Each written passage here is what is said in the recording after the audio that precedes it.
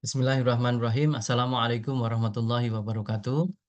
Rekan-rekan sekalian, saya akan mempresentasikan sebuah penelitian yang kami lakukan bersama rekan-rekan mahasiswa dari Departemen Geografi Lingkungan, Fakultas Geografi Universitas Gadjah Mada.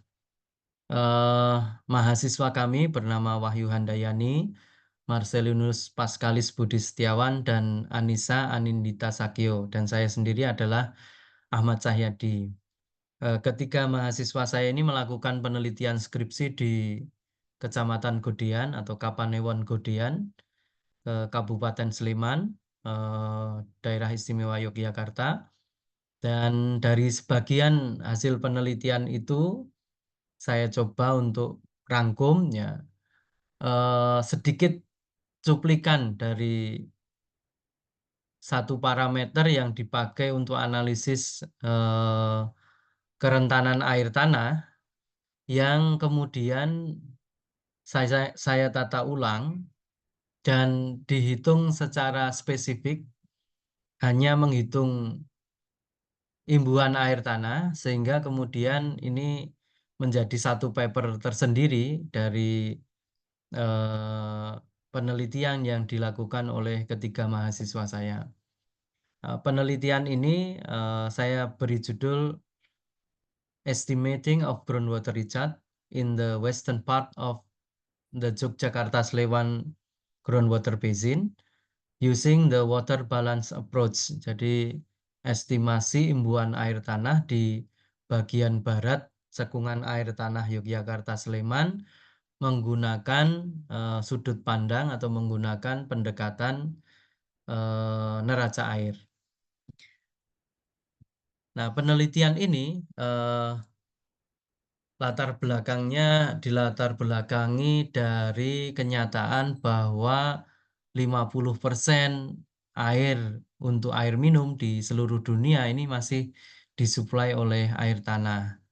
Dan sistem ini atau sistem air tanah itu masih berpengaruh atau memberikan support yang masif terhadap sistem irigasi global ya. Jadi kalau dilihat datanya itu luasannya hanya sekitar berapa persen gitu, tapi 27% kalau tidak salah, tapi dia bisa memberikan kontribusi terhadap kebutuhan ketersediaan pangan, yakni penyediaan sekitar 40-an% dari produksi pangan dunia. Jadi kalau luasan lahan pertanian yang irigasi ini hanya sekitar 27%, tapi sumbangannya bisa sampai 40%. Nah, di penelitian ini, Kecamatan Godean ini tidak hanya unik dari sisi lokasi administratif, tetapi juga memiliki karakteristik unik berupa aquifer andesitik, yakni salah satu aquifer vulkanik di Indonesia yang memiliki karakteristik dual porosity, yakni porositas primer ya, yang pada aquifer ini air itu bergerak melalui rongga antar butir batuan ya, bergeraknya lambat.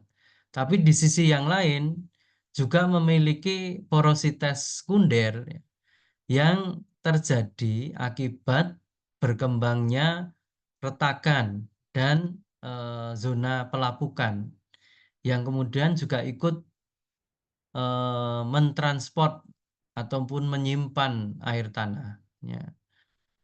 Kemudian di sisi yang lain, ketika kita memanfaatkan air tanah itu juga perlu dihitung berapa sih imbuhannya gitu, sehingga kalau bisa pemanfaatannya itu tidak lebih daripada imbuhan yang ada begitu, sehingga tidak terjadi dekor atau pengurangan ketersediaan air tanah yang kemudian menyebabkan kerusakan lingkungan misalnya.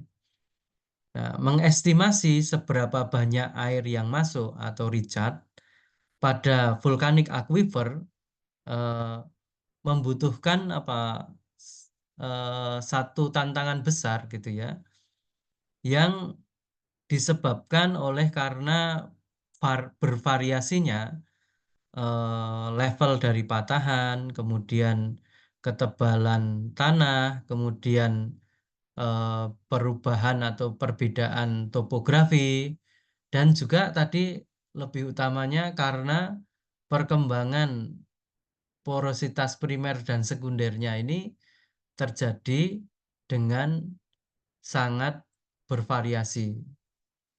Nah, padahal di sisi lain, kalau kita melakukan over estimate tentang, recharge-nya, jadi menghitungnya terlalu banyak, maka bisa jadi kebijakan kita menyebabkan over extraction dan, penurunan permanen dari muka air tanah.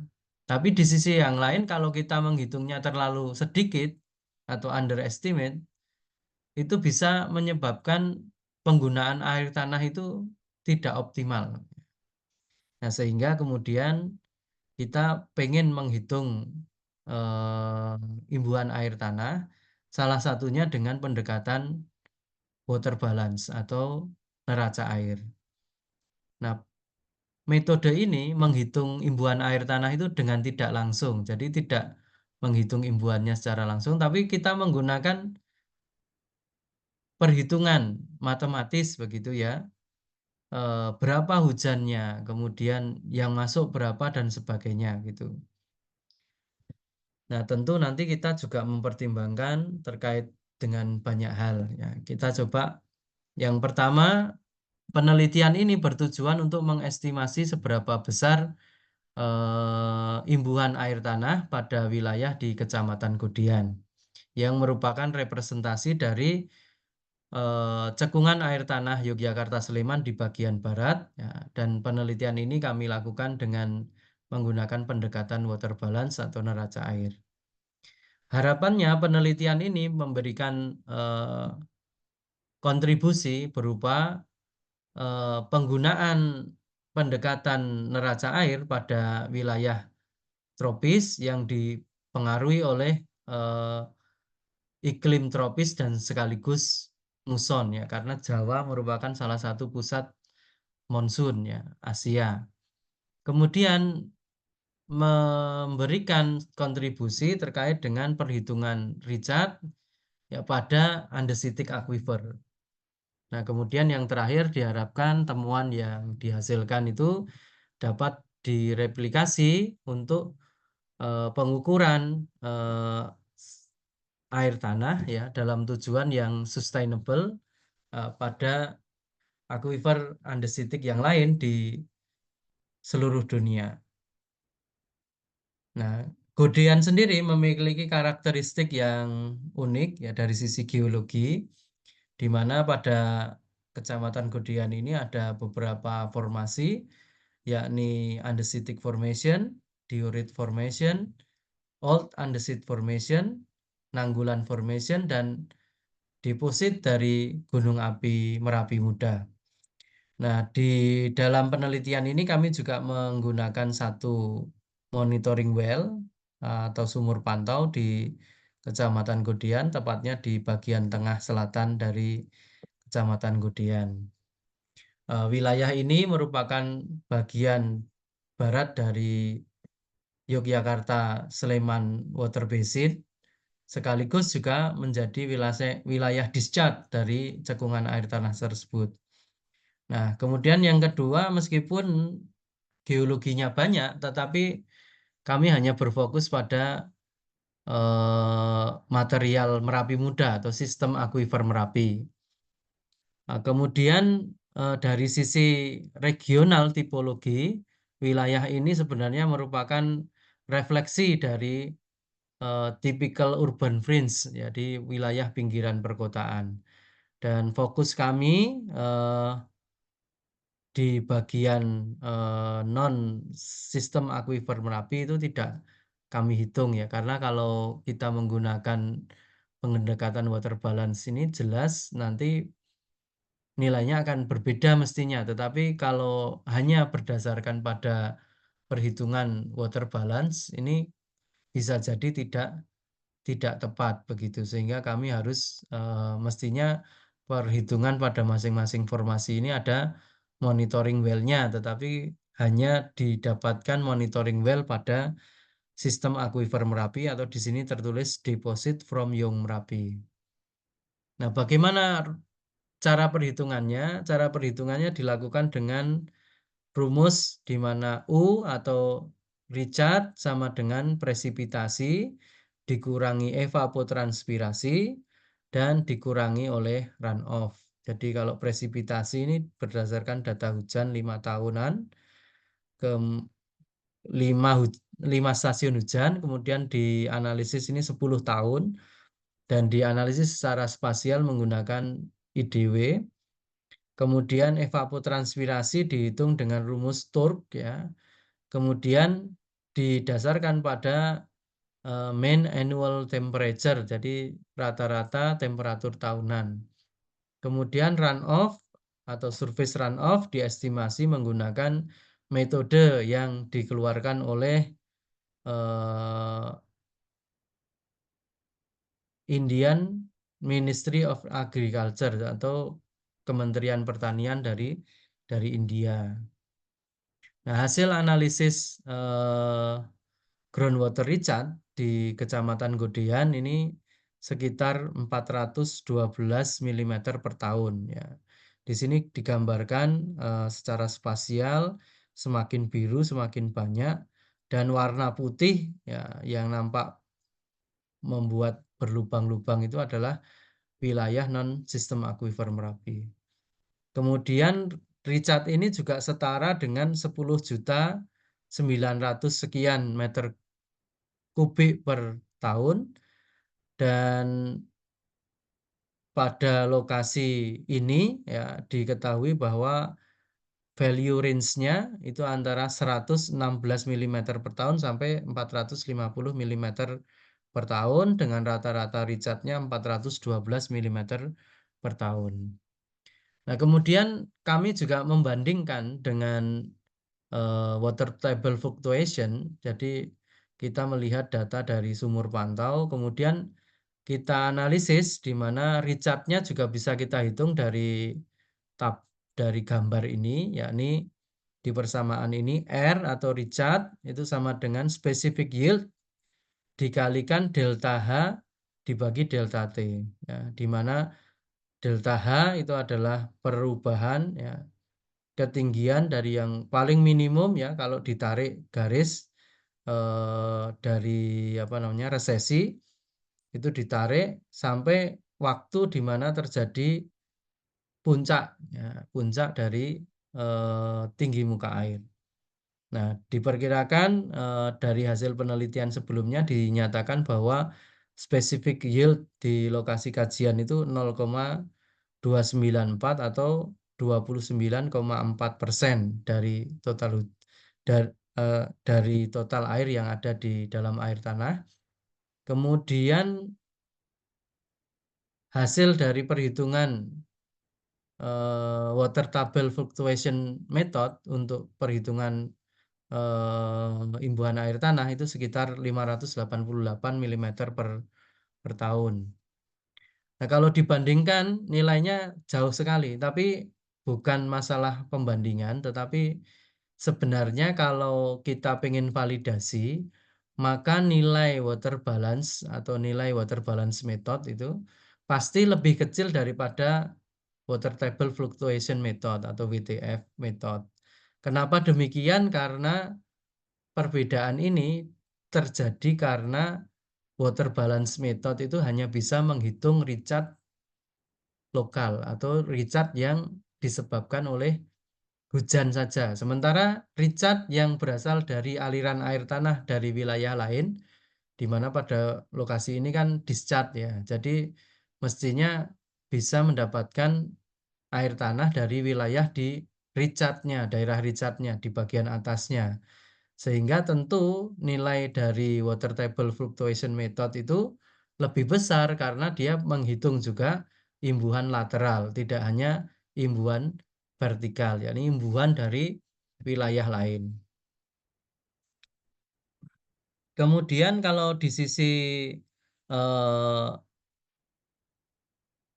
parameter yang digunakan, water balance method ini, eee, sulit untuk, mengukur secara akurat, nilai-nilai seperti evapotranspirasi dan runoff karena dihasilkan atau di-generate dari data-data titik ya, yang kemudian kita spasialkan dengan metode geostatistik tertentu. Dan di metode WTF atau water table fluctuation, itu parameter yang perlu diperhatikan adalah parameter terkait dengan specific yield. Karena satu lokasi tapi hanya diwakili oleh satu atau 2 data begitu ya. Mestinya kalau kita memang melakukan pengukuran yang detail, ya pengukuran specific yield ini dapat dilakukan di beberapa sumur di lokasi kajian misalnya dengan sistem grid atau sistem per bentuk lahan atau sebagainya gitu ya.